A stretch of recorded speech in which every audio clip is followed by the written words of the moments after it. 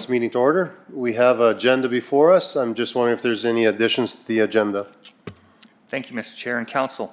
Administration would like to request the following. Under 9, new business, a deletion of 9.2.1, ATCO Electrical for investment streetlights, deletion. For additions, under 9, new business, 9.5, community services, 9.5.1, Lakeland Extreme, Bronx and Bowls fundraising request. Under 10, correspondence, proclamation request of Sexual Violence Awareness Month. And under 12.1, government relations, ATIA Section 26 for closed session. Thank you. Any others? I'm not seeing. Anyone would like to make a motion to accept the agenda? Thank you, Councillor Amalia, for accepting the council approves adoption of the agenda with the following amendments, the ones before you there, Council. Any discussion on this? I'm seeing none. I'll call for the vote. We'll see if Kaluk is working today.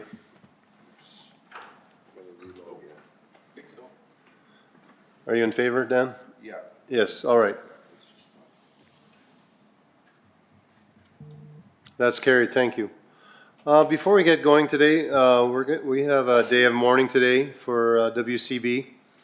I have this 144 people in Alberta died last year to workplace injuries and illnesses. We had one of our own, Mr. Sean Fraser. I guess he didn't pass away at the job site, but on the way to the job last year, I believe it was June, July, somewhere in there. He was had a fatal crash with a car.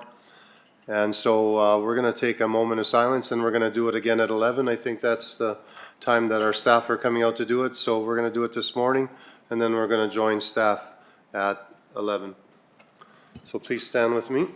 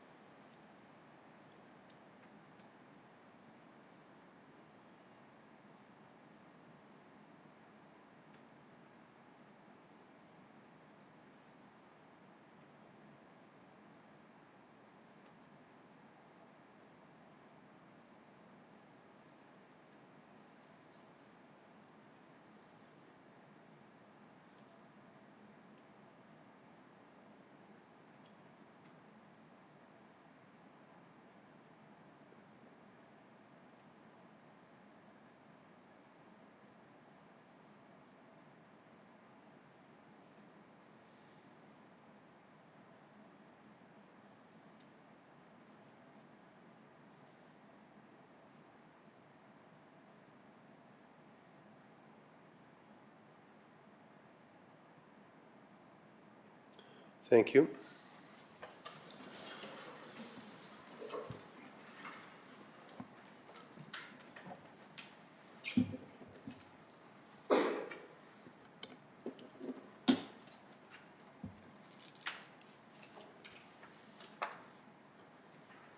Just looking for a motion of adoption of the minutes of regular meeting of council April 14th.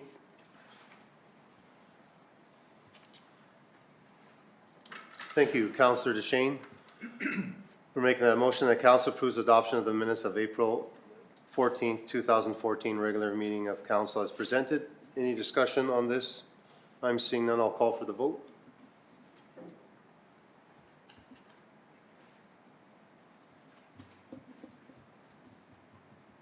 That's carried. Thank you. Looking for another for the committee meetings on April 21st. Would like to make, thank you, Councillor Palmer, for making that motion that council approves adoption of the minutes of April 21st, 2026 Committee of the Whole meeting as presented. Any discussion on this, council? I'm seeing none. I'll call for the vote.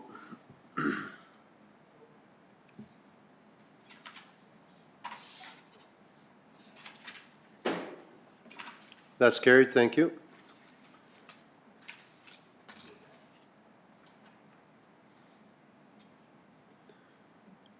I guess let's go to 9.2.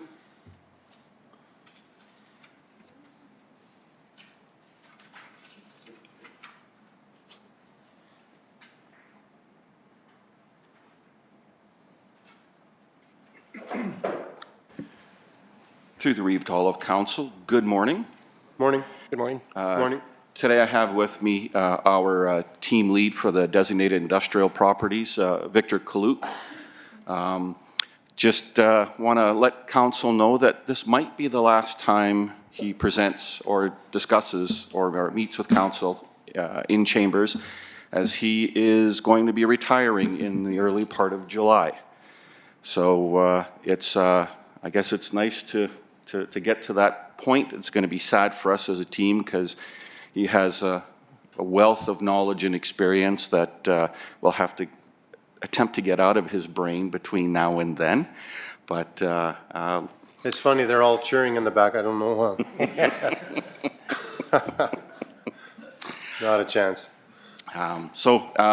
Today we're here to bring the council a property tax and penalty levy cancellation for a designated industrial property. The property was assessed on the designated industrial property roll and the municipal assessment roll in 2025. The result, this resulted in the same property receiving a property tax levy on the land twice in 2025 tax year.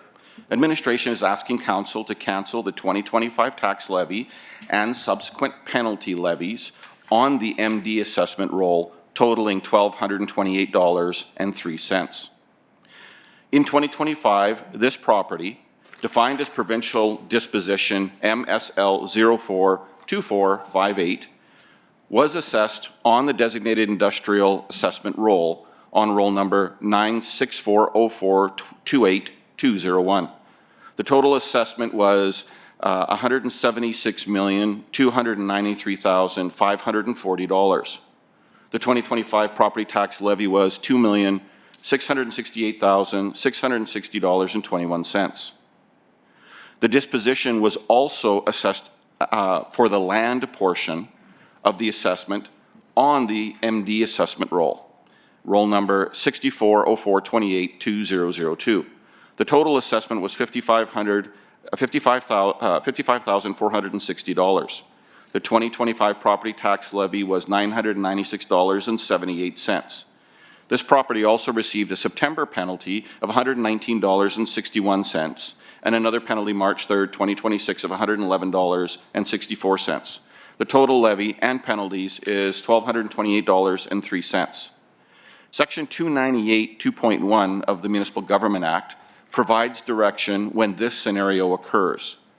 The municipality must rescind the assessment from the municipal assessment roll. Subsequent to this, the property tax levy would be reversed. Penalties occurring from this levy would then be reversed as the original levy would not have been valid. Notice of this duplication was received January 30th, 2026.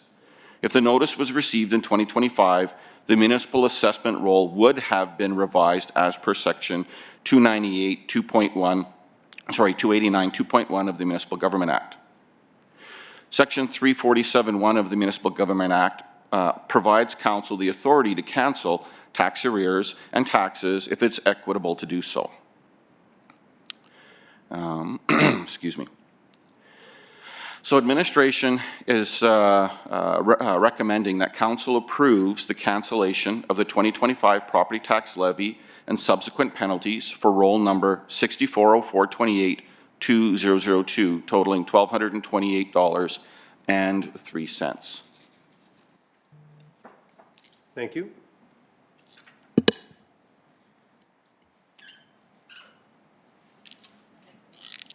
All right, thank you.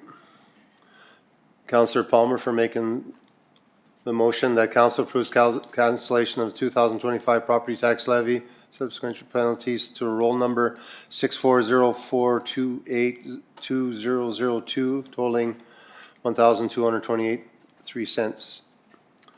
Any discussion on this motion? Okay, seeing none, I'll call for the vote.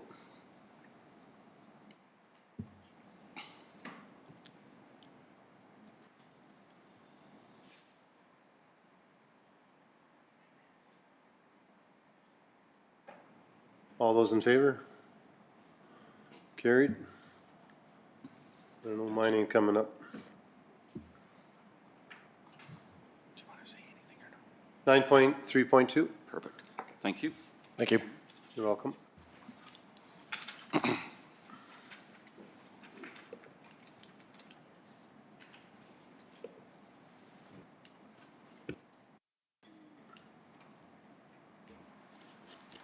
Good morning, everyone. Morning. This morning, we have a request for tax penalty cancellation that complies with the municipal policy.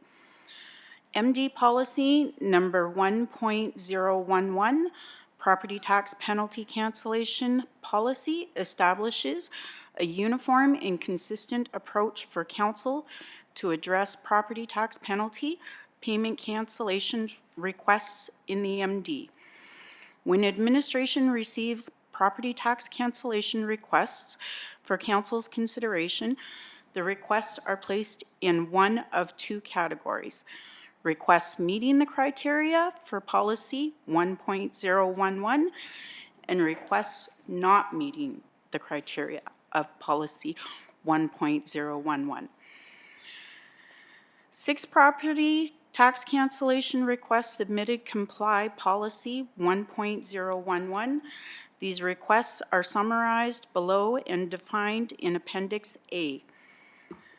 Tax roll number 6307 26 1002, legal land, plan 182 1977, block 1, lot 1, penalty amount $136.72.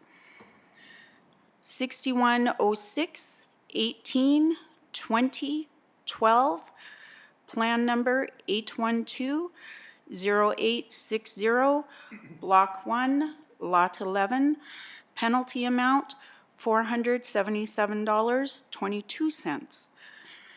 6106 04 30 25, plan number 892 1757, block 2, lot 14, penalty amount $444.86. Roll number 6203 13 2001, plan number Northwest 24 62 3 west of the 4th, penalty amount $14.55. Roll number 6106 07 10 06, plan number 052 3369, block 1, lot 6, penalty amount $409.38. Roll number 6303 16 10 14, plan number 082 9172, block 1, lot 12, penalty amount $680.19. Attached are appendixes A, B, and C. Reference material is Alberta Municipal Government Act, Section 346 and 347. Approval of this recommendation will result in a reduction of property tax penalty revenue of $2,162.92, funded from the allowance of doubtful accounts, and a reduction in the tax penalty revenue. Communication strategy. Council's decision will be communicated to the property owners through telephone calls and follow-up letters. Administration recommended action that council approves the cancellation of tax penalties in accordance with municipal policy as follows. Would you like me to read all the, okay, thank you. Actually, I would like you to read it all over again one more time. I'm the slowest one here, so I have to go a little bit slower. Thank you for that. Just looking for a motion, council, on this. Thank you, Councillor Kaluk, for making this motion. that council approves the cancellation of tax penalties in accordance with the municipal policy as followed. There's 6 tax rolls before you, as you could see and you could hear. Any discussion on this motion, council? Yes, Deputy Reeve Fadeev. Good morning. I want to say this is one of the best policies ever done. Gives you guys clear direction of what falls in the accepted, forgiveness of tax penalties. I know before that always came up to council and we debated it, and this is clear direction for you guys. So, yeah, thank you. Do you want to hear it again? Okay. Any other discussion? I'm seeing none. I'll call for the vote.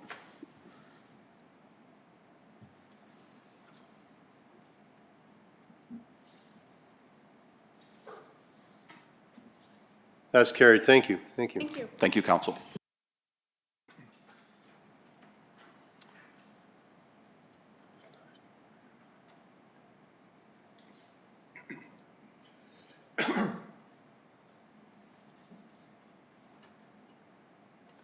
We have our proclamation now. Could we bring that up on the big screen, please?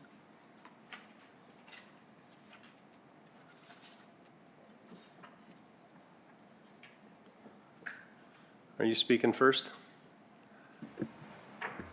Yes. Good morning. Good morning.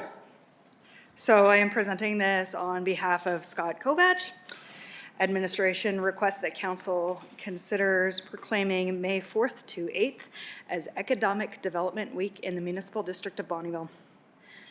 Economic Development Week is a celebration that reminds us that entrepreneurs in our community drive innovation, create jobs, generate wealth, and provide a stable tax base. Small businesses help grow our community and improve our standard of living. Small and medium businesses in Alberta account for 95.4% of Alberta companies and employ 34.9% of the private sector payroll workers. It is important to recognize and celebrate those individuals who make our community better by generating business opportunities, employing our residents, and strengthening our social fabric by supporting local organizations and causes. And I have been very fortunate to work with many entrepreneurs in our area in the Planning and Development Department to get their businesses in the municipality. Recommended action is that council proclaims May 4th to 8th, 2026 as Economic Development Week in the Municipal District of Bonnyville. Thank you.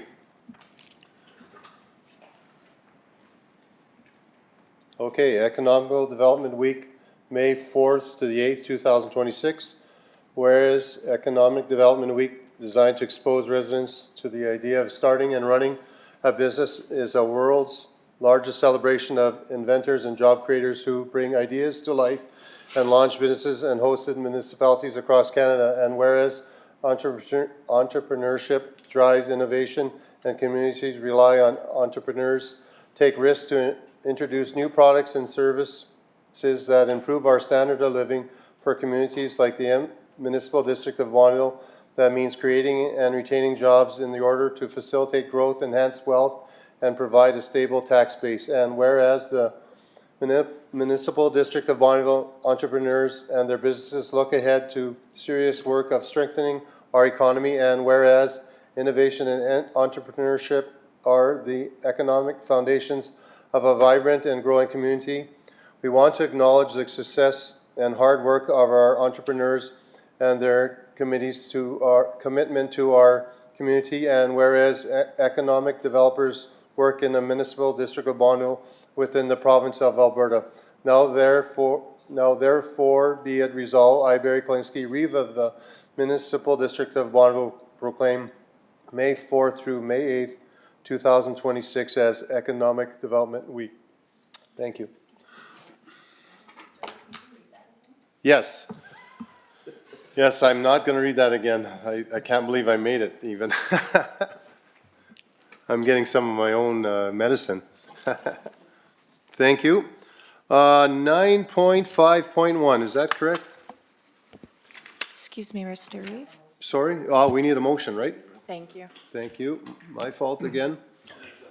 Thank you, Councillor DeShane, for making the motion that Council proclaims May 4th to the 8th, 2026 as Economic Development Week in the Municipal District of Bonnyville. Any discussion? I'll call for the vote then.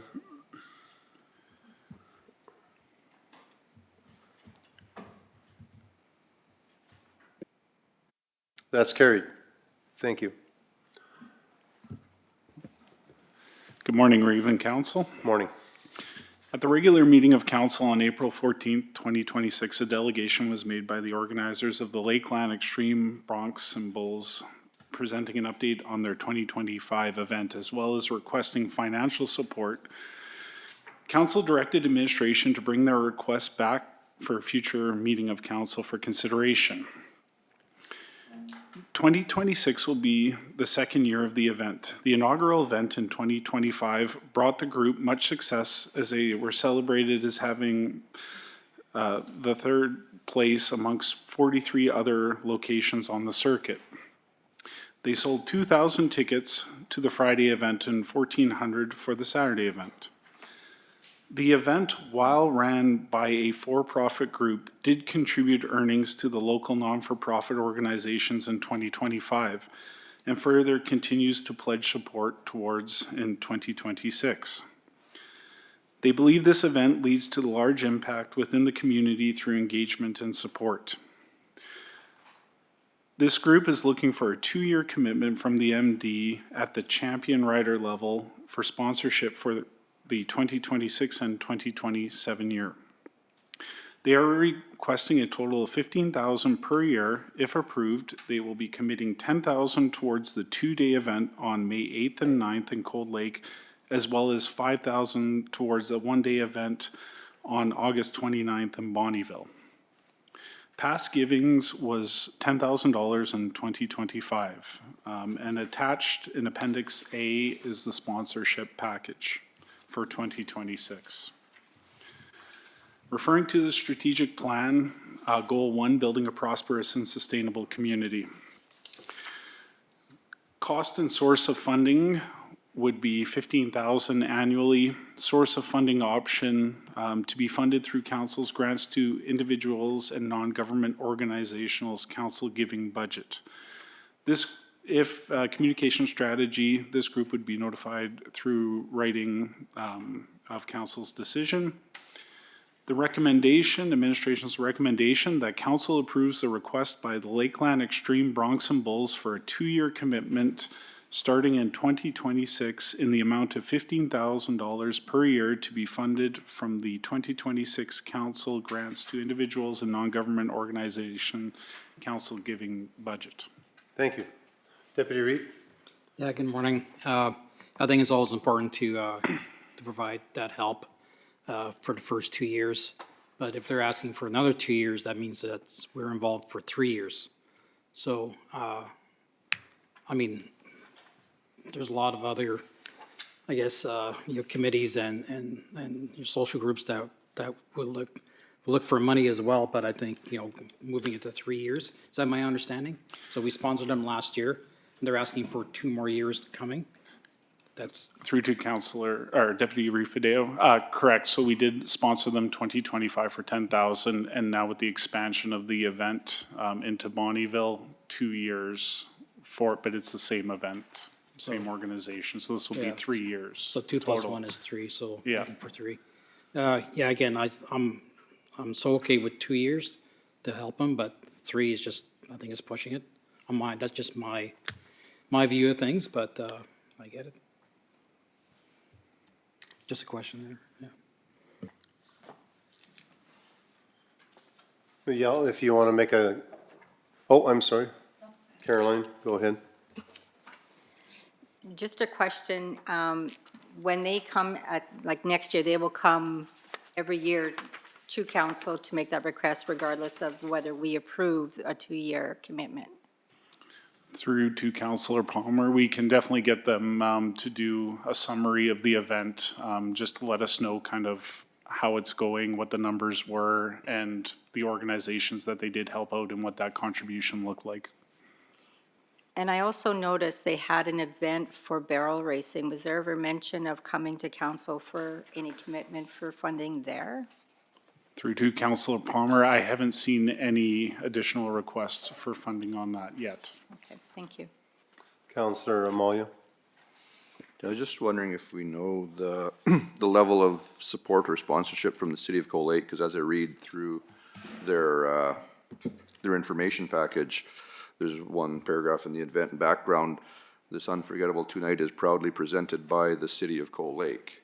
And so I'm just wondering, I'm assuming that would mean that they are a much more major sponsor than our $15,000 level, or, because if we put in as the top level of sponsorship, then it would make sense that there would be billing for the MD as well. Yeah, through to Councillor Amalia. I would definitely have to go back on that. I believe it was $10,000 last year, but I will get you that information. I just, if we're at the same level of sponsorship, or at least close, then it would make sense for us to ask that we also get billed as presented by MD as well as the city. Thank you. Deputy Reeve Fadeev? Yeah, there's a lot of in-kind stuff that we're not seeing. Yeah, that's. Which is the rink, which is the, just that part of it was probably, there's probably, I think total estimate for what the city was providing was probably 25,000. Okay. Yeah, so, yeah, it's a good question, but for sure. A question, I wasn't paying attention when he did the presentation, well, I was, but that didn't sound right. But anyway, did he ask for a 2-year thing at that time? Because I don't remember that. Through Reeve Kalinsky, yes, for the stability of the event, they'd asked Okay. for a 2-year I got commitment. that Yeah, part. my confusion was they're asking for 2 years. They already had it. Considering they had one already, so. Yes. I know it's important, I mean, I know like Feast on the Beach is coming up and same thing, you know, we committed to the, 2 years with them and then we got funding the first year. It was missed the second year, they only got the extra 5 and it just, it fell apart, right? So not that it fell apart, but there was a lot of little different things and people are asking for it again. So I know this is not the first one and it's not gonna be the last one. And I think it's just, it's important for us to support these things, but also, keep it in line, so. Thank you. Counselor DeShane? Thank you to the Reeve. I agree with Deputy Reeve on this. I think we should finish off this sponsorship that we've already offered them and agreed to, and maybe wait for more answers and more clarity for the next session of sponsorship. There should be more input from the industry and neighboring communities also, not just us putting in so much every year. So I'm hoping that we just finish off this sponsorship and maybe convince industry and other advertisers to jump in on there. Thank you. Counselor Amalia, followed by Counselor Kaluk. Yeah, I would say very similar, that I'm not against the 2-year, if that's the will of council, but I would agree, I would prefer 1 year, and if there's, if they want to come back again next year and ask again, if there's good reason for us to, then we can make that decision, but yeah, I would prefer the 1 year as well. Thank you. Counselor Kaluk? Yeah, same thing. I think we should just go for a 1 year and they can come back next year and see what the results were, if attendance is going up and they're making a more profit and donations to the community. Right on, thank you. Deputy Reeve Fadeev? Just want to clarify, this is not 1 year, this is our second year? Oh, yeah, no. Yeah, no, I just kind of, At this point going no, forward. for sure. for Yeah, one. yeah, I'm just kind of, just that we are supporting him for 2 years already, yeah. so.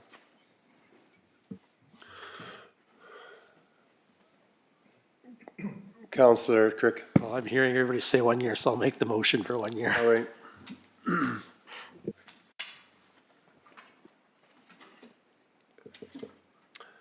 Thank you, Counselor Crick, for making the motion. That council approves the request by Lakeland Extreme Brox and Bulls for a 1-year commitment starting in 2026 in the amount of $15,000 per year to be funded from the 2026 council grants to individuals and non-government organizations, council giving budget. Any discussion on this motion? Yes, Counselor Crick. So do we have, so it's a for-profit business running it. I know they said they gave the profit to local charity when they did their delegation here last time. Do we know, like, if they're gonna be giving any profit to charity, and if they're gonna give all the profit to charity, or just a percentage, or what about that? Through to Councillor Crick, based on their presentation, their intention is to engage as many non-for-profit groups again to distribute the profit of the event. Okay, so like they talked about having volunteer groups come, nonprofits, come and do different volunteer activities to get some of the money. But then if the event actually generates a profit after all is said and done, I think they said they had about 8,000 left over last time that they did give. I can't remember which charities they said they gave it to. I think they split it between two, if I remember correctly. And I'm just wondering if that's the case, like, it's just kind of odd giving money to a profit event, not knowing where that money is going to end up going. If there is, you know, the event could turn a $20,000 profit, we're giving them 15. Like, are we just giving money to a profit private business? Through to Councillor Crick, generally with these type of events, you need that seed money to get going initially. So it was the first year, and as Deputy Reeve Fideo said, after that second year, you should have that foundation in place. So when they come back next year, I think it's a good thing to look specifically at where that money is allocated through, and then just see kind of what they have for their startup money for the third year of the event. Okay, sounds good. Thank you. Good point. Yeah, Deputy Reeve Fideo. Thank you. Yeah, so the profit levels aren't huge margins. They're you know, they're pretty small. In that case, you know, they are renting, you know, the Ag Society, so that is a nonprofit. They're you know, they're employing nonprofits, which, you know, they get paid for their volunteering. So it's a good facility. So they try to go to a nonprofit, but just the way it's formed, it wasn't. But I think, yeah, this gives them a good leg up, and they're not making tens or hundreds of thousands. It's probably like, it's in the thousands or less than that. Like, it's pretty low. The guy seemed like a pretty straight shooter that, like, it's, I don't think there's nothing. All right, go ahead, Well, I guess Councillor we'll Crick. go for it this year, and then I'll see what happens for next Sure. year, right? We'll see where I think that's why we're going with a one-year thing, is, right? All right, any other discussion? All right, I'm going to call for the vote.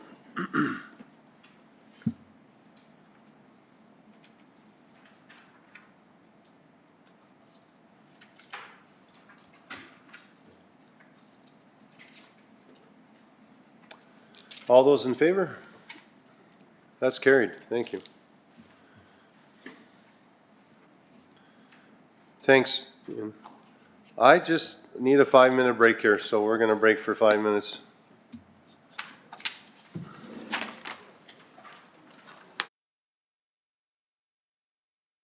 Are we on there? We're on now? All right. Welcome back. We have two amazing ladies from Lakeland Lacrosse Association with us today. Welcome, ladies. Just turn your mics on and away you go. Yes, good morning. Thank you. My name is Amy Renier, and I am the tournament director for the Lakeland Lacrosse Association. And to my side, I'm Tricia Holder. I'm the executive assistant to Lakeland Lacrosse. We really appreciate giving us some time this morning. We're here to talk about our ice melter tournament that happens on Mother's Day weekend. And we really appreciate you giving us time because we had an administrative error applying for the grant. And it appears as though the emails didn't go through properly, to which it ended up being a very large problem. And so our whole association got new emails. So we applied to come and talk to you today about our event.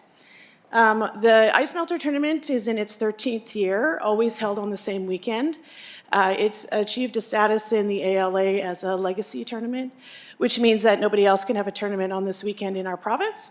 Our tournament is a U9 through U17 tournament, co-ed, males and females. And we're really excited this year that we have 37 teams coming into our community. That's about 740 athletes and their families. We run this out of Cold Lake, Bonnyville, and Glendon. And, oh, we're really excited a team from Saskatchewan is coming to play us this year. Yeah, go ahead. Sounds rigged to me. It's good.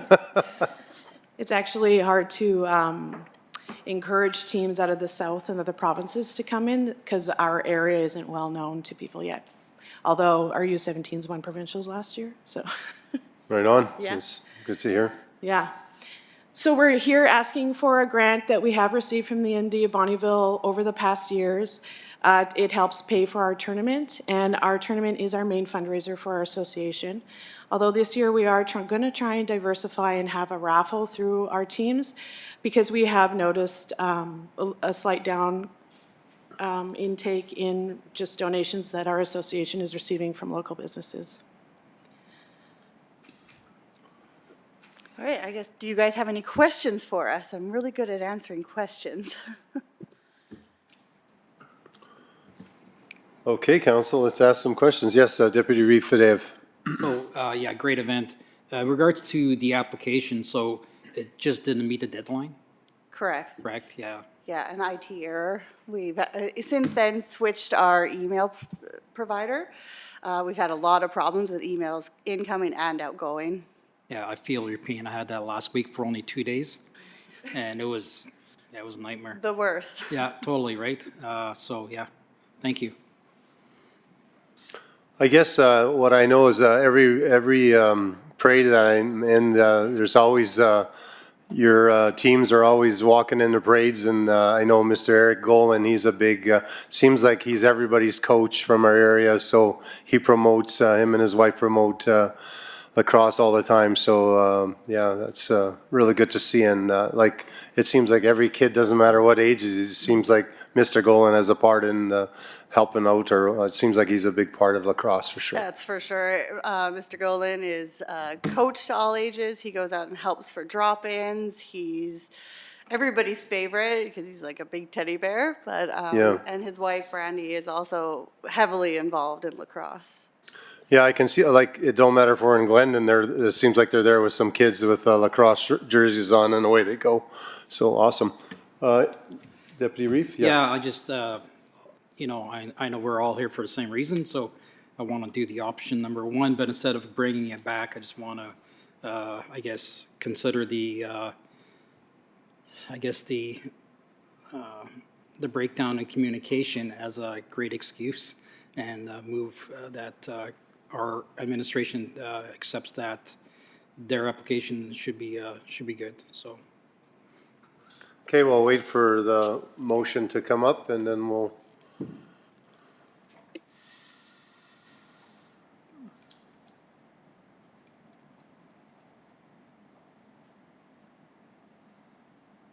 I want to take out the back to a future meeting for council consideration.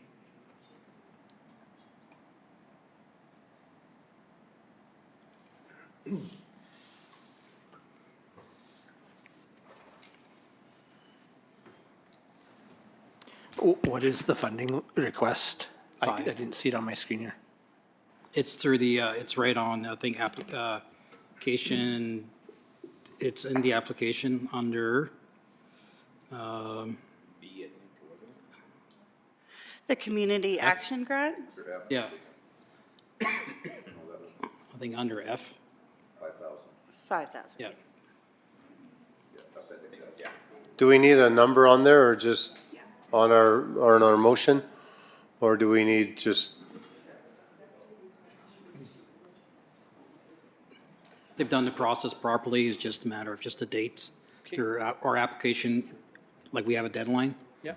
Theirs didn't get through because of the email kerfuffle, so Okay. they did everything correctly. And we've always thrown it. Yeah, yeah. Okay. yeah, that's Ben's two cousins. Just joking, just joking.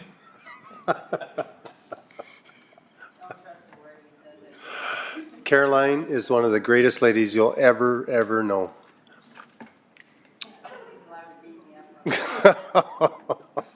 But she really is. But she really is. While we're waiting, we're not waiting anymore. Moved by Deputy Reeve Fideo that council approves the request by Lakeland Lacrosse Association for the funding amount of $5,000 to be funded from the 2026 council grants to individuals and non-government organizations Community Action Grant. Any discussion on this motion? I'm not seeing any. I'll call for the vote.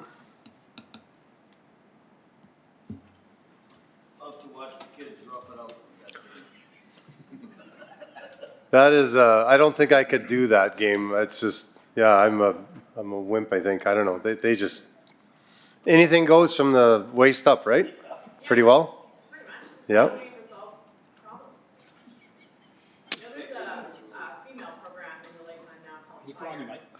Association. It's called what? Fire, Lakeland Fire. It's the So they girls' wear program. roller blades or no?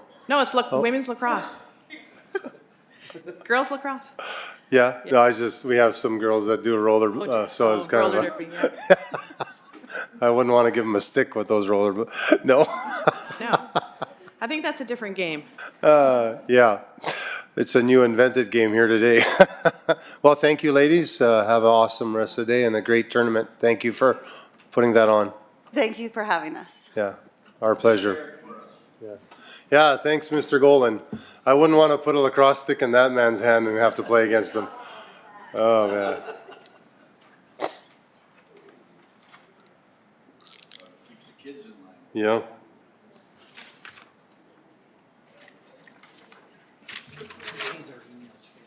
Yeah. I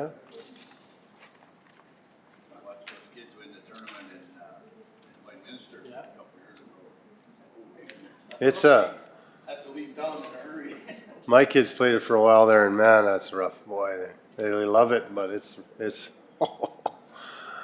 yeah. You don't want to hold on to the ball very long because you touch the ball, you can get whatever. They get up, just goes join this. Yeah. I watched them. All right, on to correspondence, I believe. Thank you, Mr. Chair and all of council. Administration has 5 items in front of us. We will be reviewing none of those 5 items. But I'd like to also take a moment to bring up information. If I may, a picture, and we're calling up the Director of Community Services. This community and what it is now going to be showcased in information. We're creative. We're excited about our future. A few moments to show what we're doing in our community. Go ahead. Yes, through to Reeve and Council. So you see the beautiful Visitor Information Center. To the left-hand side, you see that 150-foot flagpole with the 20 by 40 flag on it. And then starting May 8th this year, which coincides with our campgrounds, the hours of operation will be 8:30 till 9 p.m. There are concession offerings within the facility. And this year it will be a fully licensed facility having local Cold Lake brewing and distilling products there, as well as the time-tested favorites, hot dogs, Chapman's scooped ice cream cones, ice cream floats, ice cream coffee, packaged snacks, pop water, coffee, tea, and some of the necessities that campers that are just to the left-hand side, my left-hand side, that will be there. There is a cabin on site for rent on a monthly basis. There are 23 full-service sites and 3 power-only sites. Multiple day-use picnic areas, the Jumping Pillow, which is a huge hit every year, 20 kilometers of trails that link in there. As we go inside, you'll see a digital kiosk in there where visitors to the region can type in and just find all the amenities, everything that's going on around town. We also have various bulletin boards that people can place their events on. There's also a big world map in there, and at the end of the year we take it down, but you see where all the travelers, which continent, which country they've come from.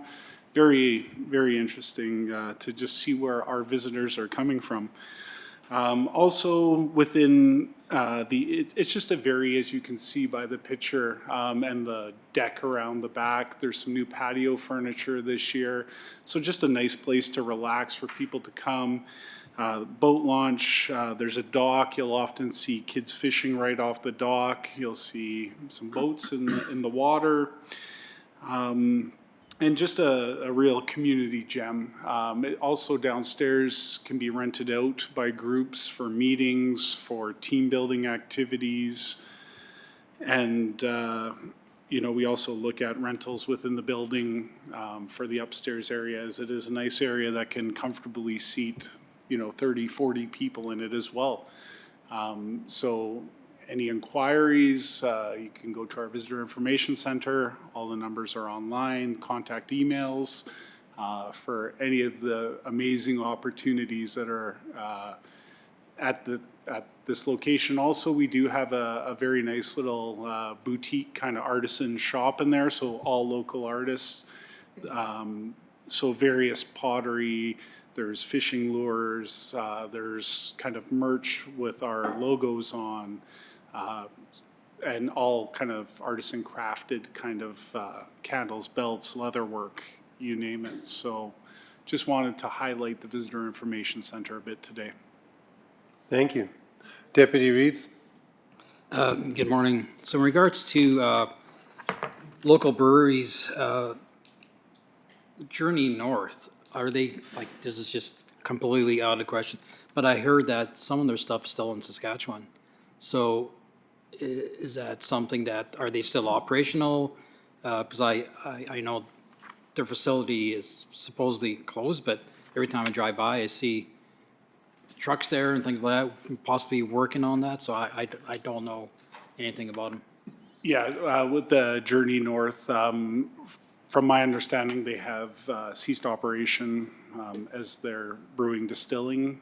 And if there is product that is still out there in Saskatchewan, I'm not sure if they warehoused it with the equivalent of AGLC, so they may have product in inventory that they're still getting through.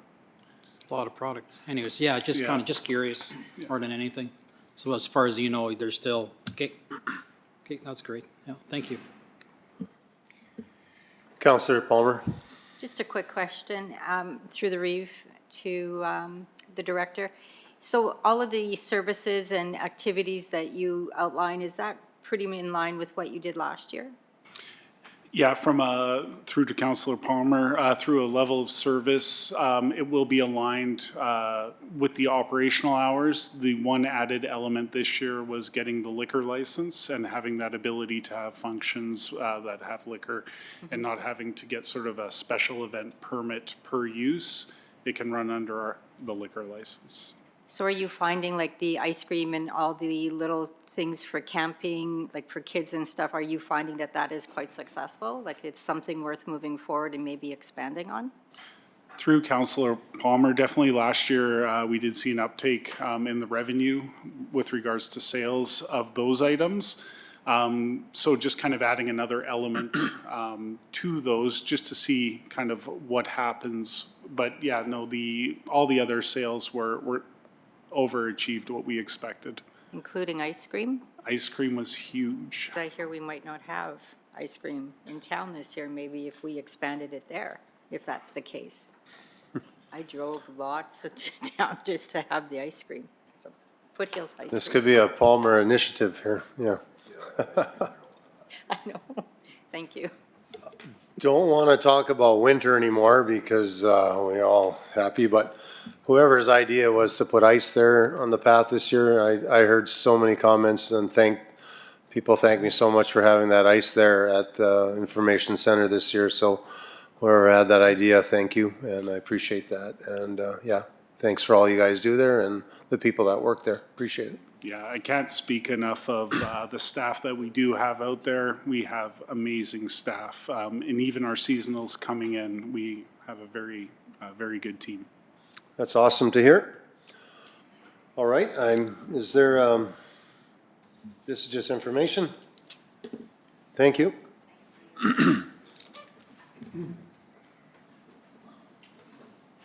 Okay, would someone like to make, or any more comments on correspondence, or someone like to make a motion? Yes, thank you, Councillor Crick, for making this motion on behalf of council, that council accepts the following correspondence as information. The four before you, there's supposed to be five, I think.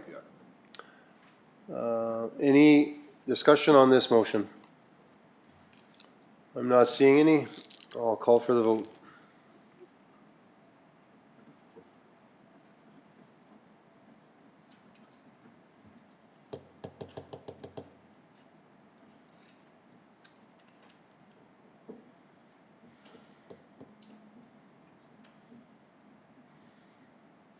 All those in favor? That's carried. Thank you.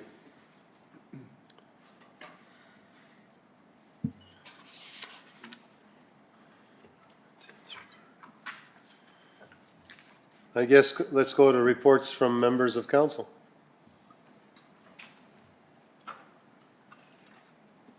Councillor DeShane.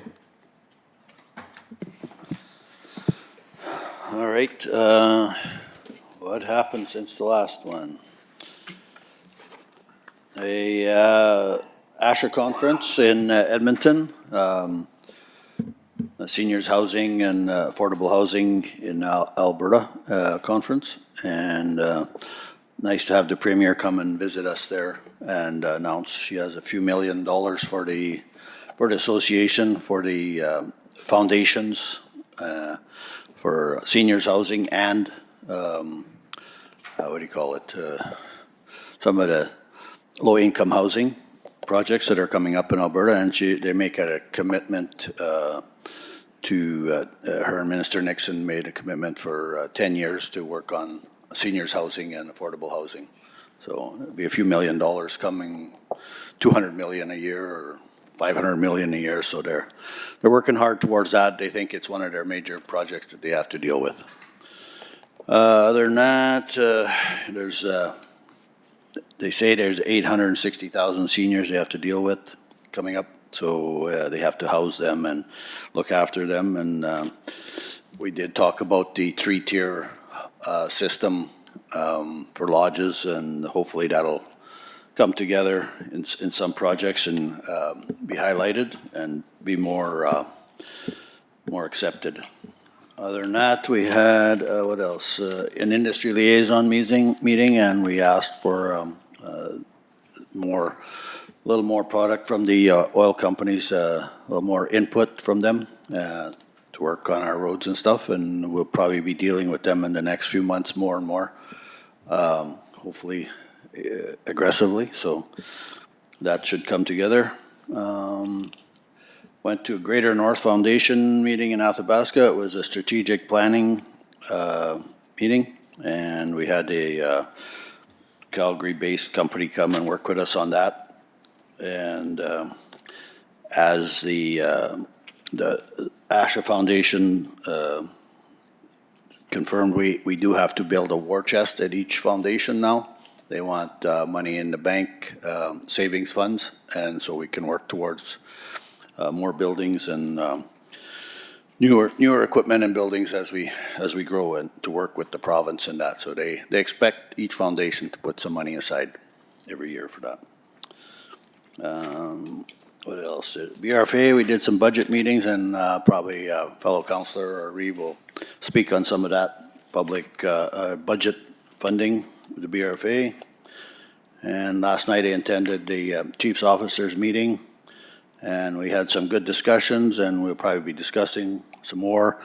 Lots of the fire halls are having a hard time getting and retaining volunteer firemen. So that's a big project we have to work on as a group, the BRFA and probably the MD itself. So hopefully we can figure something out for those small fire halls.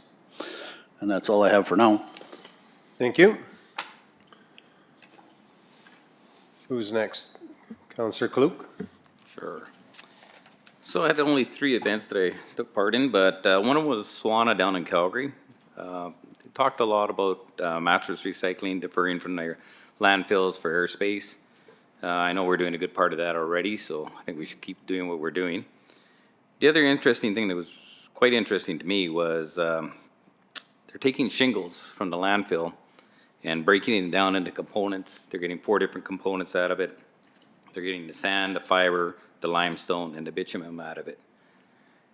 And they're reselling it back. The fiber's not 100% out of it yet. They haven't found a source for it, but they said they will find a source for it, fiberboard or something like that. So they're gonna be one of the first companies recycling shingles 100%. And I think they said Calgary had a stockpile in one landfill of 275,000 tons already. So, That's a bit. yeah, and that's just one, and I believe there's 3 landfills in Calgary. I think LaCory has close to that right now. And, another event took place Saturday in Cold Lake was Walking in Her Shoes, awareness against domestic violence. So I took part a little bit in it. I wasn't fully involved, but I did make a challenge for next year that maybe the MD should challenge the city of Cold Lake, the town of Bonnyville, and the village of Glendon to see who's got the best walkers in high heels. Well, we have her, so Well, that's that was our winning. unfair advantage That's for who I was us. thinking is gonna win. Unfair. So, Yeah, I vote Dan too. so we'll hopefully take part in that. And then last night I did the Cold Lake Regional Waste Services Committee, and we just went through our audit, and everything looks okay, they said. I was just quickly getting briefed on that, so it was something else, but that's about it. Thank you. Deputy Reeve Fadev. Yeah, again, wonderful opportunity to go to SWANA, deal with solid waste. The regulations are becoming very, very, very daunting. We need to come up with a better solution than just, than find, just to bury it.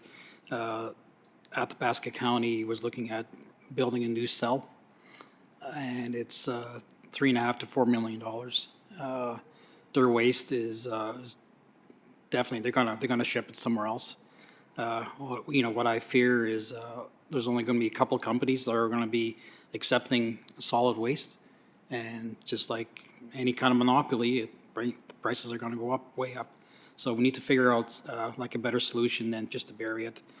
C2, we did we had a meeting and some capital improvements that are going to be done. And those capital improvements are thanks to our group right here at the MD of Bonnyville for helping with a grant that freed up some, I think it was $165,000 that we got from this grant that freed up some money for the C2. So it's going to better the whole community. So then we have, let's see,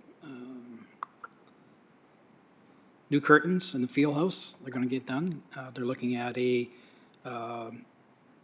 new sound system as well, which is definitely needed, and just a couple other smaller ones. But yeah, it's just the curtains and the sound are the big part.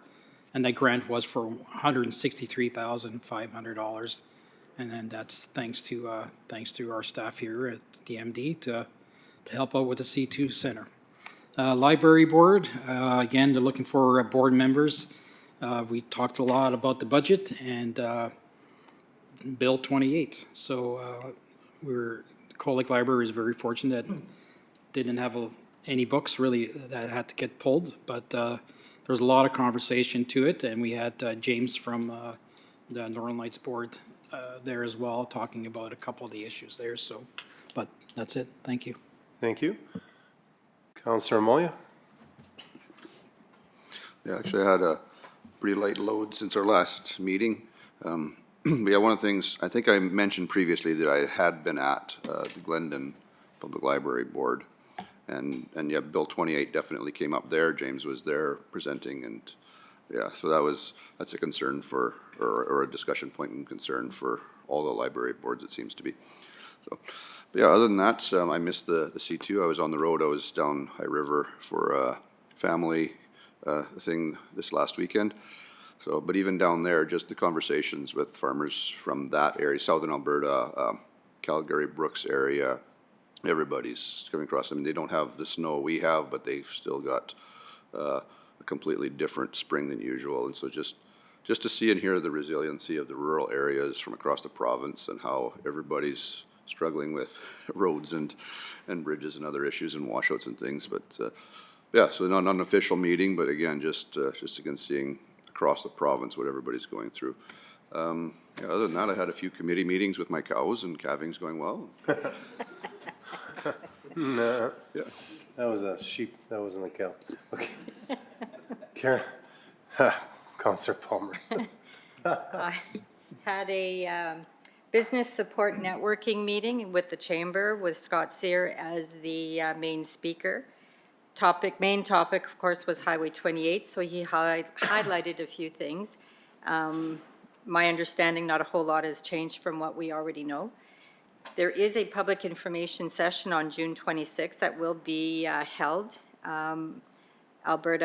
through the Alberta government, so we'll see the specifics on that, and we'll report back on where and location of this is where I'm not finding. As well as we had a meeting with FCSS, and they're currently in their annual audit reporting, and also they're exploring potential partnerships with the United Way of Calgary, and the Government of Alberta's Community Development Department are collaborating on a community development project, which featuring Rural Development Network to support research focusing on newcomers in rural Alberta. Also, Lakeland Catholic School has invited them to be a part of the community services to review with the school together the violence threat risk assessment through the community protocol. So they'll be there as a role to provide expertise related to community-based referrals and parenting supports. Their tax season has continued to be particularly busy. They've seen so far 377 clients, which is a free service they provide to the seniors. They've had their family room alone for the month of March had 289 visits. They have home alone course that they're running on May 15th. They also have a lot of requests for the welcome package, which is now something they're finding is heading upward versus not that many people moving in the community. So that's a really good sign, I felt. A new program will be developed about mental health and retirement. Ongoing promotions for Healthy Families program, which is working together to keep moving, keep healthy, that sort of thing. And then I also attended the cookie decorating at the Tim Hortons yesterday. I hope everybody's doing their time there for an hour. I've never seen so many happy faces all in one session. No pun intended on that one, Caroline. And I'm reporting for both Josh and I, so he's going to report on the Lakeland Lodge and Housing for both of us. We're on the same committees versus repeat. Counselor Crick. Thank you, Caroline. I can't turn you on for some reason. There we go. All right. I'm going to go back a little bit further just because I missed the reporting last time around because I was at the ASHA. We need a break before you start, or? Do I need a break? No. Oh, wait. You're going back, way back. Oh, yeah, I missed the ASHA conference, because I missed the last council meeting. But on March 25th, Northern Lights Public Schools, they had their elected officials meet and greet, so I attended that.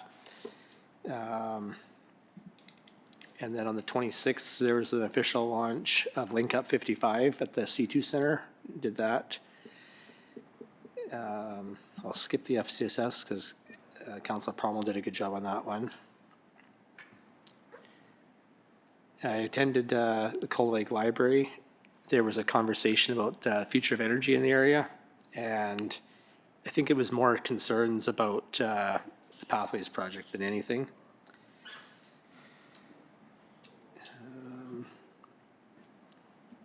And then I attended the Economic Development Conference in Vegreville. That was a kind of an interesting conference, really. Shane Getson was there, the MLA. He did a good job speaking at that.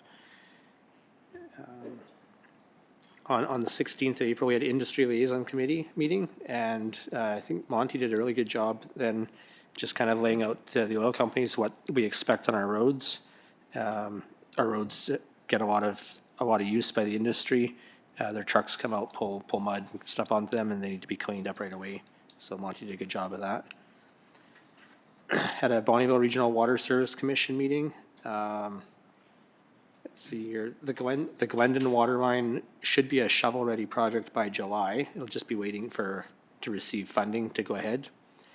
And the Frog Lake line still needs to reach an agreement to go through Cold Lake First Nations, which I'm not sure if that's you guys are here, so perfect timing to walk in on that one. Thanks, guys. They're just looking to get a route going through there. The Cold Lake Water Commission raised the rates by 3 cents per 1,000 gallons, which will not affect the price per cubic meter for our residents. I also attended the Business Support Network meeting in Bonnyville. Scott Sear was there. He said that the feds are pushing for the Pathways project. And let's see what we got here. He talked about Highway 28. He said he's trying to get the intersection at 660 and Highway 28 fixed. He's heard a lot of concerns about that one. I'm sure there's other intersections I know there are, but that's the one he said he's really pushing to get fixed this year. As well as he said they're in the drawing stage for twinning between Cold Lake and Bonnyville. And I attended the April 20th Bonnyville Library Board meeting. There was discussion there about Bill 28 as well. And I'm curious what maybe afterwards we can I'm curious what the discussion was at the other libraries. There was some concern about the bill, about Bill 28. At the same time, though, I think it's sad that our province has come to the point where we have to have a bill like that to protect kids from materials in the library. So there are some good things there, even though there are concerns. And then we had on the 22nd Lakeland Lodge and Housing Foundation Board meeting, and just two quick highlights there. The Bonnyville Lodge has both Bonnyville and Cold Lake have 0 vacancies in the lodge. Bonnyville has 15 on the wait list, and Cold Lake has 12 on the wait list. A few years ago, 3-4 years ago, there was vacancies. There's no more vacancies. It's always a wait list now. And attended the BRFA board meeting on the 23rd. They're looking at renaming the organization to better represent the services it encompasses, fire, 911, and EMS. And that was also brought forward at the chief officers meeting last night. They're doing a survey of all the members. And that's it for me. Thanks. Thank you. Yeah, there's, you guys had a lot. I was at a few of those things, but I just want to stress how I had a couple nice stories where we had a lot of flooding and a lot of disaster the last few days, about 4 or 5 days ago, 6 days ago. And you get phone calls. I have a guy on the line, he's panicking, and a neighbor would show up with a pump and start helping. And he goes, well, my neighbor just came over. So I don't know, I had about 3-4 of those kind of stories. I just want to thank our MD staff. They're going day and night, and you get the odd phone call where people say they're not doing anything, but I reassure you they're going full out. And I appreciate, there's a lot of heroes out there that helped other neighbors and stuff that I didn't even hear about, but my staff need to tell Monty, tell your people that thank you so much, and yourself. I phoned Monty many times, and he also told me I could phone him anytime, so day or night.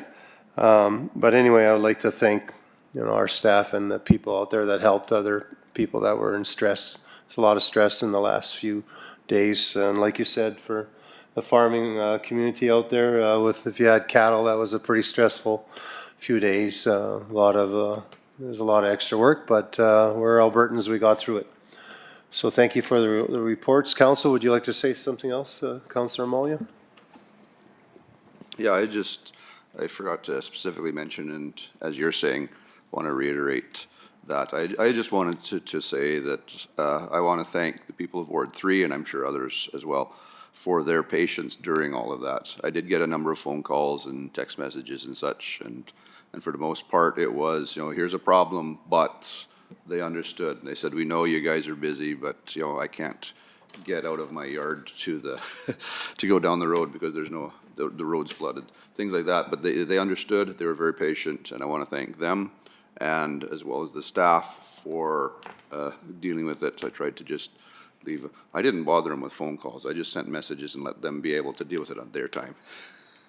But they did. I got replies back, you know, late evening, early morning. You know, people were definitely going and working and on top of it. And so I want to thank the staff as well for working through that the best they can and for keeping me in the loop of what's going on and what they're able to work with. So thank you to everybody. Yeah, Deputy Reeve, Dave. Yeah, thanks. Just kind of want to touch on Highway 28. We, as a NACO group, which is the Northeast Alberta Alliance for Growth and Opportunities, which involves 43 communities that was involved. So Highway 28 is on their top, or like one of their top priorities. And on April 23rd, we had a meeting. Not me. I wasn't there. I was moving my son, but Mayor Alberts was there. Mayor McPhee from Vegreville, Mayor Bob Mattice, Mayor Lisa Brasso, and 3 of the MLAs were there, and we talked about Highway 28. And so there seems to be a lot, again, for the last 15 years, it's the same talk, it's the same maps, same everything. So hopefully we can get past that. We definitely have to keep the pressure on. And anybody that has a chance to be in front of a mic and talk to or address the Premier or the Minister of Transportation or even Economic Development is we need to keep pressing Highway 28. I had a meeting a month ago with Mayor Elise Brasso and the ministry. And we talked about 660, they didn't even have it on their map, 660 and 28, 28 and 881, and 881 and 660 need to be major intersections improvements, because we're seeing that a lot of the heavy oilers are going down 881, down to 660 and across. Yesterday, we had a spill, or a tanker truck crashed by Moose Lake and went into the ditch. So it's an issue all the time. So there've been, I think, four fatalities on 28 that we're going to go get some. We're going to go back another 5 more years and get some numbers on that. But something that the province should not be ignoring, especially when 30% of their oil revenues come from this area. So, but yeah, it just seems to be not a priority to them. So which is sad, but we'll get there. Thank you for that. Anybody else? Yeah, it's just never written on the budget. It's never written on a paper. So until it's written on paper, like anyone's budget, like our budget, if it's written in paper, then the people know that it's going to happen. But when you read it time and time again and you look at the budget and there's nothing for Highway 28, and I guess it's getting old. But we'll keep pressing and we'll keep moving forward. Thank you for that. Thank you, Council, for those reports. They're very well done. And we have a delegation here right now from the Cold Lake First Nations. Welcome. Come on up.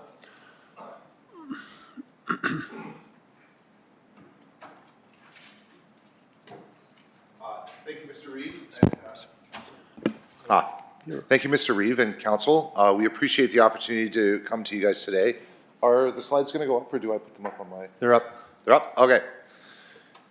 So, why don't you introduce yourself?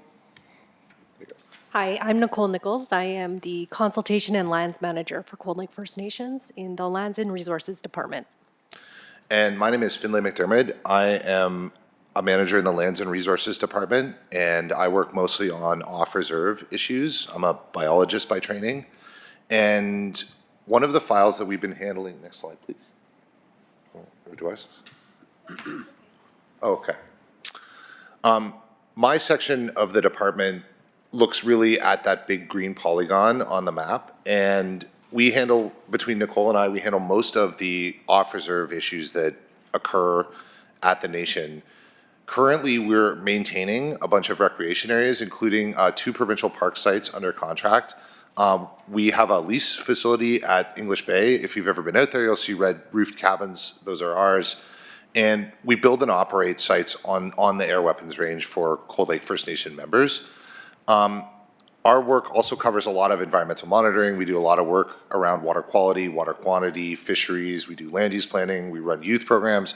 Basically, if it has to do with the land in that green polygon, we're probably involved in it some way.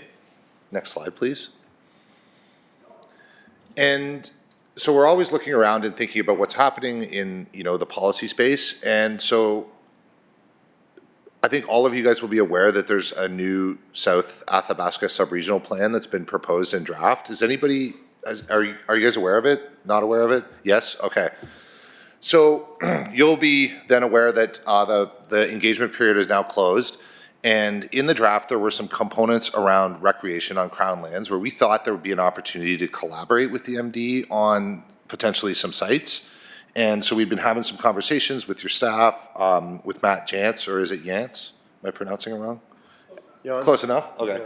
And he actually recommended that we come to the Committee of the Whole to talk to you guys. So obviously there are some components of the plan that cover creating recreation management areas on currently unmanaged Crown land, essentially. And that would be a place where, at a minimum, we should be talking to you guys, whether that's a planning discussion or if there's an opportunity to collaborate. Next slide, please. This is not a funding request. We're not here to request funding from the MD. Nobody's costed any of these plans out yet, so we wouldn't even know how much money to request if that was something that happens down the line. In the SRP process, we requested that the province identify some particular sites that are of interest to Cold Lake First Nations in terms of being places where people want to go for outdoor opportunities, and areas that could use some investment to facilitate that, and ultimately some management. The history of Crown land management is that if you don't harden the facilities and manage them, they just become problems. There are fire risks, they're getting destroyed by OHVs because the roads aren't maintained properly. You have human waste in the woods. It's bad, and it's not what members want to see when they go to these places. Between the GOA in terms of parks, the MD of Bonnyville and CLFN, we are the primary operators of Crown land camping and outdoor recreation facilities. So it makes sense to approach the MD about new ones, given that we've already been talking to the province on the planning level. Right, it's the MD would be the next group to want to talk to. Next slide, please. So we want to focus some of these efforts on 4 locations. So one of which is Sandy Beach. Another one is at May Lake, which is up at Imperial, Bork Lake, which is up at Imperial, and there's another site at the Martineau River next to Cold Lake's 149C Reserve. We want to ensure that these sites are publicly accessible and in good condition. So when we say publicly accessible, we don't mean there's no gate. We mean that a mom and her kids can get in their minivan on Saturday afternoon and go swimming. That's publicly accessible up on Crown lands, right? And that requires there to be road access, that requires there to be toilets, that requires there to be, some basic level of services that facilitates them being able to get out there. These sites are all currently publicly accessible in the sense that if you have a 4-wheel drive vehicle or an ATV, you can get in there, you can go camp, but that's a small fraction of the population. We want to see these access areas being hardened so that they don't get damaged, so people aren't getting stuck, so they're safer, so that fire suppression services could get in there if there was a forest fire to start. Create some more campsites and trails. Trails are a different matter in terms of the regulatory requirements, but putting a locus or a focal point in for where trails start or where they end or where they go to makes some sense. We want to see these sites being maintained, reduce the fire risk, get the appropriate facilities in there so that people can go out and use them more effectively. And this, in theory, could lead to Trails Act applications to facilitate some of the funding and the management of the access routes and trails over time. But trails need to go from somewhere to somewhere else. And so when there's nowhere for them to go from or to, they don't get built, right? And they don't get maintained, and if there's no users that are going in there, then, you know, they aren't important in the way that they potentially could be. Next slide, please. There we go. So the first site, how many people here have been to Sandy Beach? Yeah. So half of you, and half of you guys, what's that? Yeah, cleaning it up. Yeah, so we've been, for the past few years, we've been actually operating that under a TFA, so a provincial temporary field authorization, which allows us to go in and do things like, you know, fill potholes, clear trees. We do site cleanup out there too. It's a very popular day use area, as I'm sure you guys know. It badly needs some basic infrastructure like toilets, like roads. You know, we filled quite a few holes in there with gravel, but if you guys go have a drive out there, you'll see what I mean. Maybe not yet, it's a little soft. And we think that it's been much improved since we started maintaining it. We also get, almost never do we get complaints from members anymore about the use of that site, whereas before it was like, you know, something that we were getting contacted a lot about. You know, there are much fewer sort of like pallet burning teenager parties because there are lots of, you know, people in there now, people camping. So we think that is one of the areas where you could invest, you know, potentially a small amount of money and get a big benefit in terms of public recreation. Next slide. Has anybody here been to May Lake? Yeah, a couple of you. So you know, that's a beautiful little lake out there. The road into it is in pretty poor shape. There's a couple of mud holes. Imperial just built a steam line that, you know, needs to be gone around essentially to get in there, but it's a great little spot to go, you know, swimming with the kids or fishing. It doesn't have, you would never want to put a huge amount of infrastructure in there. Just harden it, put in some fire rings, put in some toilets. And this is where you could potentially have a Trails Act application to, you know, repair that trail in and potentially link May Lake with some of the snowmobile club trails. Like people are probably aware that's a popular OHV site, but the trail is really ripped up in there. And for those of you guys who don't know, that May Lake Trail that they take, that's actually the historic wagon trail. That trail used to connect English Bay Reserve area with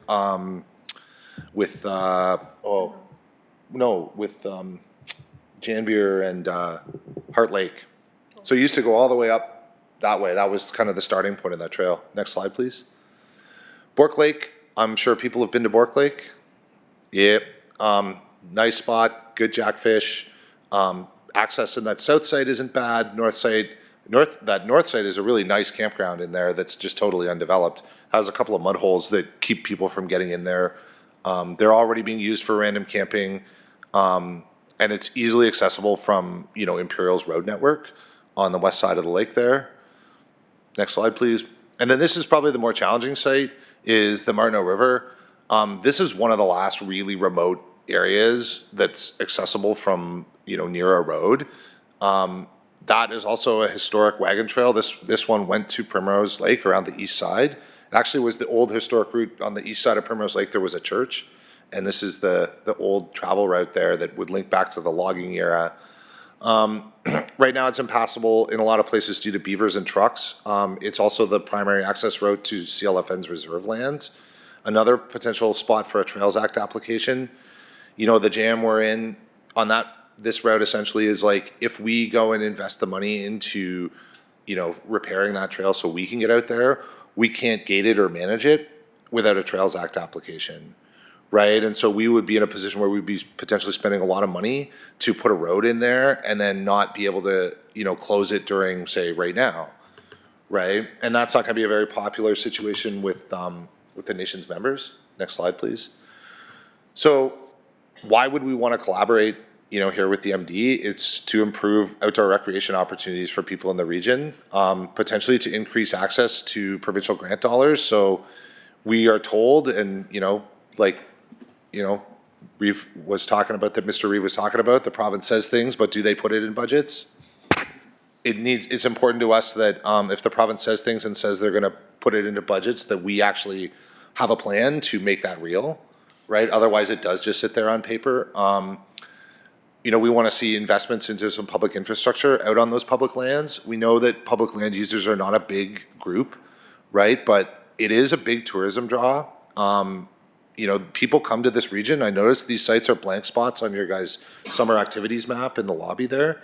So we think there's some benefit there. And, you know, really at the end of the day, these are some of the nicest little spots in Alberta to go have a campfire and go fishing on a Saturday afternoon. Everybody wants to do that. They're also areas that the nation, if it's a nice spot to camp today, it's been a nice spot to camp for 10,000 years, which means it's probably a very high-value archaeological site. It's a cultural site to Cold Lake First Nations, and we want to make sure that these things get developed and managed in a responsible way that, you know, doesn't create future conflict. Like, we don't, on these things, want to be in a position of opposing things. We want to find a way to support stuff that's beneficial for everybody. Next slide. Oh, there's supposed to be one more slide. Oh yeah, next steps, yeah. Anyways, I was told to make sure that we had a clear ask of the REIV and the council, and so our ask is that you guys think it over. If you're interested in partnering on some of these sites, collaborating, I know that Matt in your staff, he seemed somewhat interested. We don't have to do everything at once. We can take it slow. If there's some sites that you guys are interested in seeing prioritized, or maybe other sites that we haven't thought about, be interested in potentially talking about some of those. If there is interest from the MD, we could collaborate in some funding and some planning over the summer season when we can get in and do things like estimation and, you know, do a little bit of basic work to figure out, okay, well, how much would it cost to improve the access into May Lake? What standard would we get to, right? We could do that collaboratively with your staff if that's something that people are into, and think about funding applications that, you know, would be in like next fiscal year or something. Do you have anything to add, Nicole? That is the end of my presentation. Thank you for your attention. Thank you. Comments, questions? Yes, Deputy Refidiv. Yeah, thanks. Great presentation. In regards to accessing to First Nations lands, how do the feds get involved in all this? Because a lot of it's federal. Keep referring to the province. So what's the relationship there between feds funding and provincial funding? How do you access all that? Oh, good question. The feds really don't fund roads on the reserve. I think I might be talking out of turn here, but our budget for road construction and maintenance on reserve from the federal government is probably less than your electrical bill for this building. Were you referring to off reserve or on reserve? Actually, both, right? Because, I mean, if this is going through a traditional grounds, would they not somehow fund for that? Because Can you go back to slide 9, please? They might. It would be on a project-by-project basis. And, Okay. yeah. But the short answer is, if you go drive around the reserve, you will not see roads that look like they're well federally funded. How's that? Yeah. It's called tax base, right? So, yeah, for sure. So, Yeah. I mean, I think that's about 9 clicks.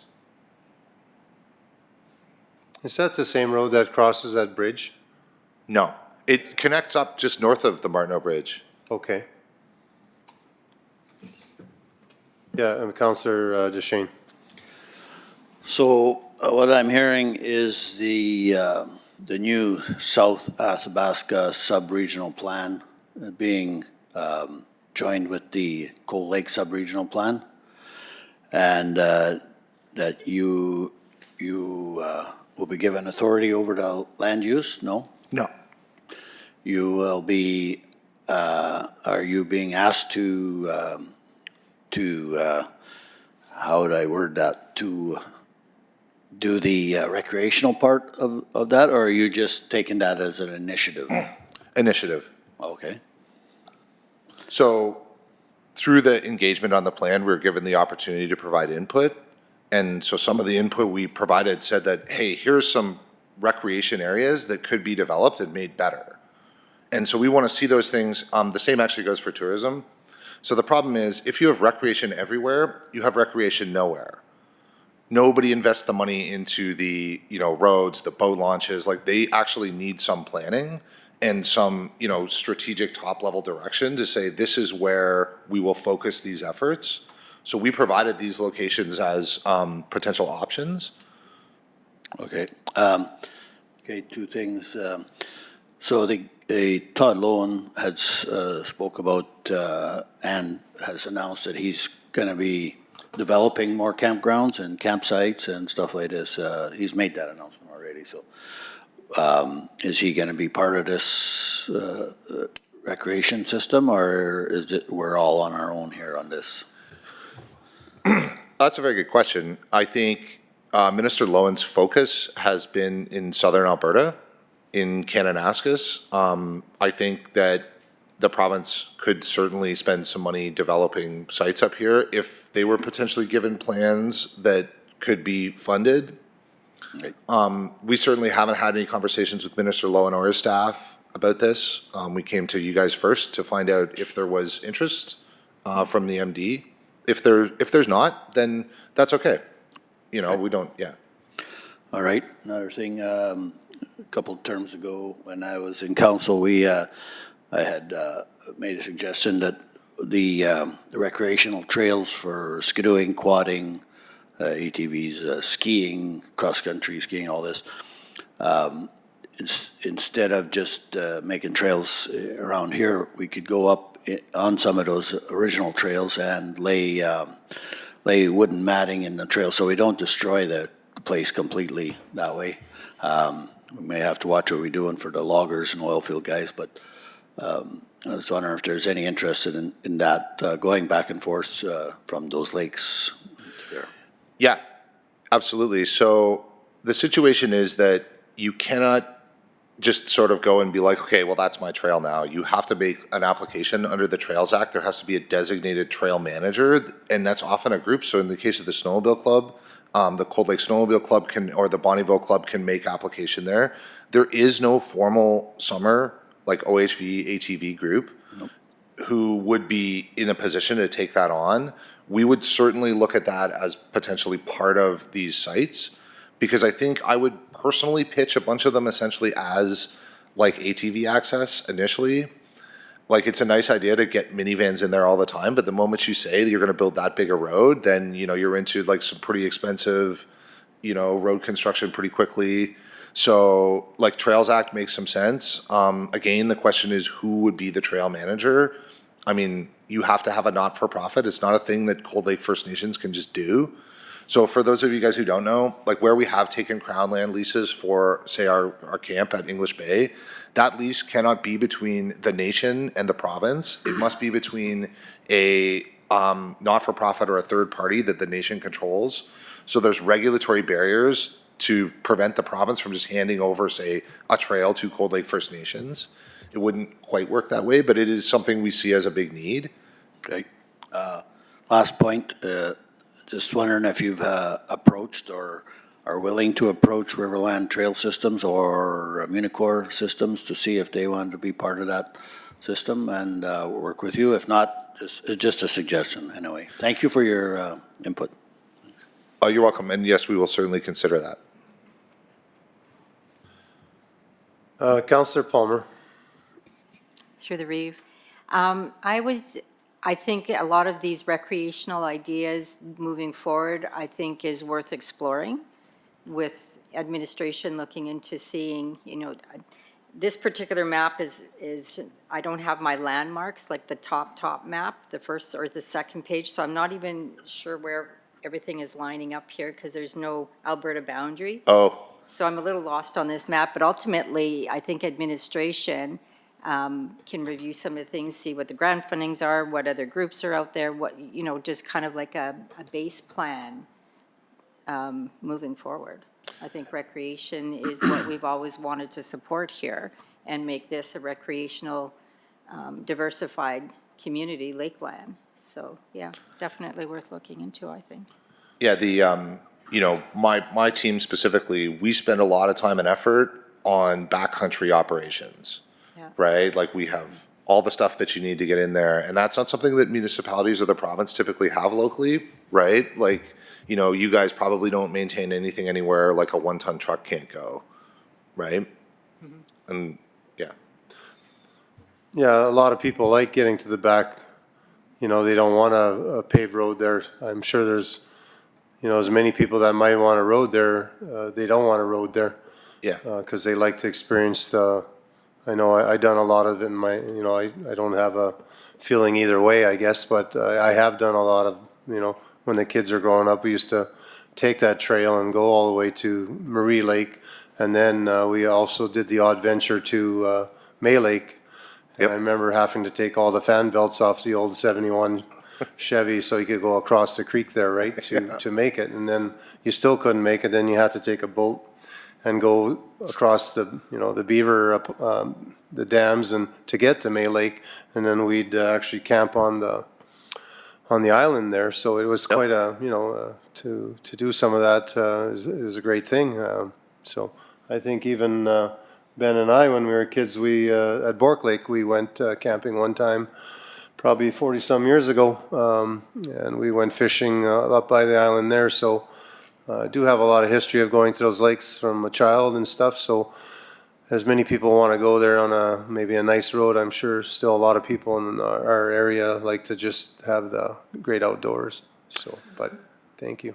And I'm sure First Nation people like doing that too. I remember doing a men's retreat in Marie Lake, and we had some people from Cold Lake First Nations stuck out in the lake, and we all got together and we tried to get this truck out with a jack, and it was, yeah, they went in a little too deep, and but it was a lot of fun, and we had a bunch of men there, and we pretty well picked up the 79 Ford and turned it around and brought her back to shore, so. That's years ago, though, so. But thank you for your presentation. I don't know if, yeah, Councillor Klug, you have something? Sure. Yeah, go ahead. Through to Reed. I agree with you. It's Great Lakes. I've been to all of them. I've been down the trails there. I definitely want to leave them as more of a trail system, though. You know, for sledders, quadders, anybody to get in there. Keep the big vehicles out because they just tear it up so bad.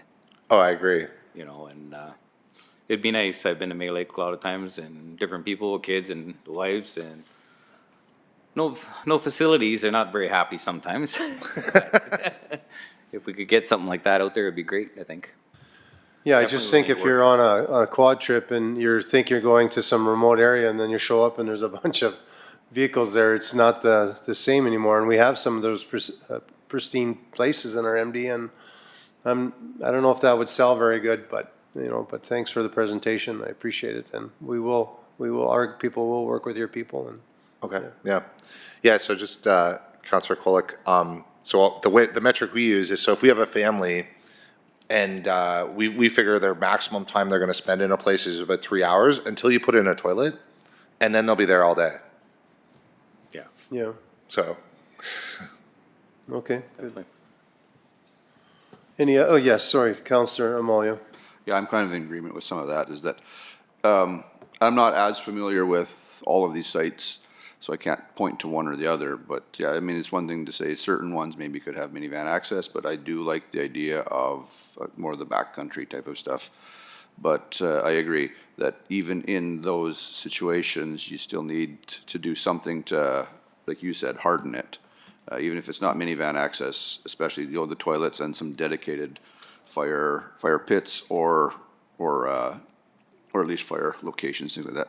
Yeah, I've done some of the more backcountry Nordig area, and that's the nice thing about those, is that you don't have all the other vehicles, keeps it quieter, keeps the trails, you know, some of those are foot only, so yeah, it's, I'd like to keep the trail idea for a lot of these if possible, but again, with consultation and discussion and negotiations, we'll figure something out.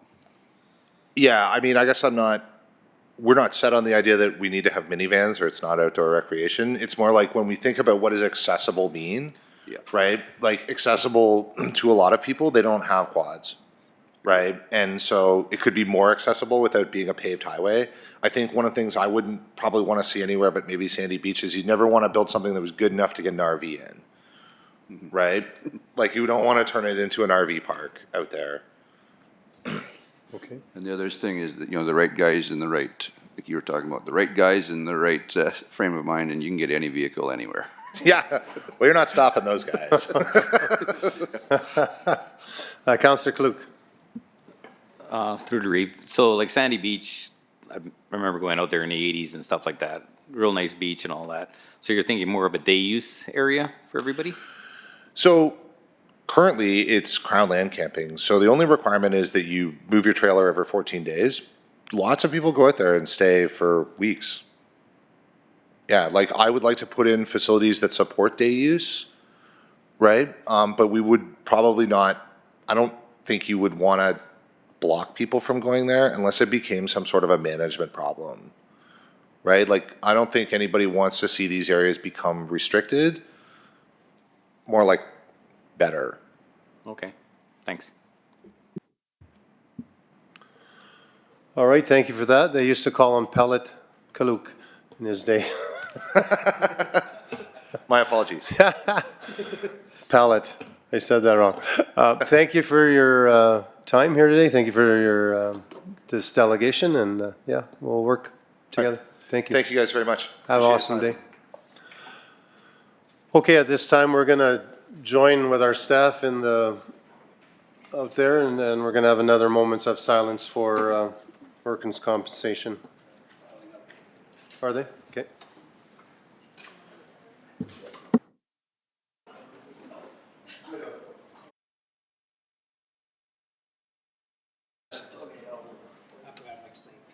Yeah? One sec. Make a motion to accept that. Presentation as for information? Yep. Make that motion. All right, thank you, Councillor DeShane, for making that motion. The council accepts a presentation by Cold Lake First Nations regarding the proposal for the development of recreation sites at various lakes throughout the region as information. Any discussion, council, on this?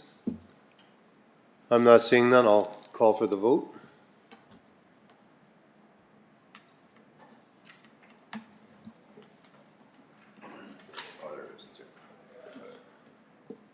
Everybody came up? All those in favor? That's carried. Thank you. That's carried. Thank you. Deputy Reeve Fadeev wants to say something. Yeah, we just had a 1 minute morning there for the work-related injuries. On a little personal note, in December 13th, 1988, was it December 13th? It wasn't a Friday. It was a Thursday. Remember that day. I went to work and I woke up in hospital. Sorry, on a ambulance on the way to the hospital. Again, just one of those normal working days, and yeah, it just, my life changed. 22 feet off a roof, landing on my head, and when I woke up in the ambulance, I looked up at the paramedic and I said, not good, and he goes, not good. So I was out of commission for 2 years, and lucky that I'm still here. So take your time, take it easy. I remember that day. Yep. I visited Ben in the hospital, so that's a long time ago. Yeah. I think you're in Cold Lake and fell off the building there pulling a hose. Yeah. And the hose let go and he had lost his balance and over the side, and you just missed the vehicle by a couple inches or a couple feet. Yeah, so, Yeah, that's a... Yes, Councillor DeShane. Yes, working in the industry, we learn to watch out for each other quite a bit. And actually, I think before the major safety push came in, our hands, like especially on the drilling rigs, we tried to watch out for each other because I remember being called out to a rig at midnight or 1 a.m. to come and replace a guy that had been killed on a rig, and it was a pretty bad feeling, so. Yeah, I'm sure a lot of the boys that worked on the rigs years ago, we all have friends. Mine was Dana Ney. He didn't pass away from the injury, but it affected the rest of his life. He didn't know who he was for the rest of his life, and he passed away from cancer eventually. But again, another rig, and he didn't die that day. But I know a lot of people that I went to school with had injuries, or the odd ones passed away now. So thank you for sharing, both of you guys. And Councillor Malia. Yeah, thank you. I'd like to also acknowledge that it is an important day. December 13th was the same day in 1986 that Cindy's dad was in a workplace fire up Spirit River area, and he died 2 days later from that. So yeah, as your mention of the date and just a recognition of workplace safety. And as Ed pointed out, it's good to see a culture shift to recognize and watch out for each other and recognize safety in the workplace.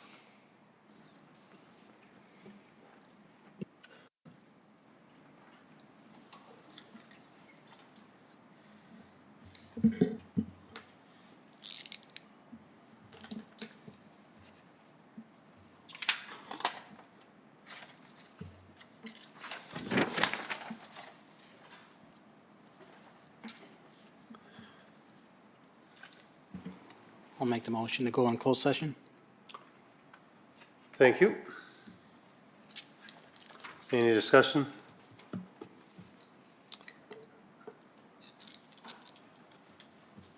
I'll call for a vote.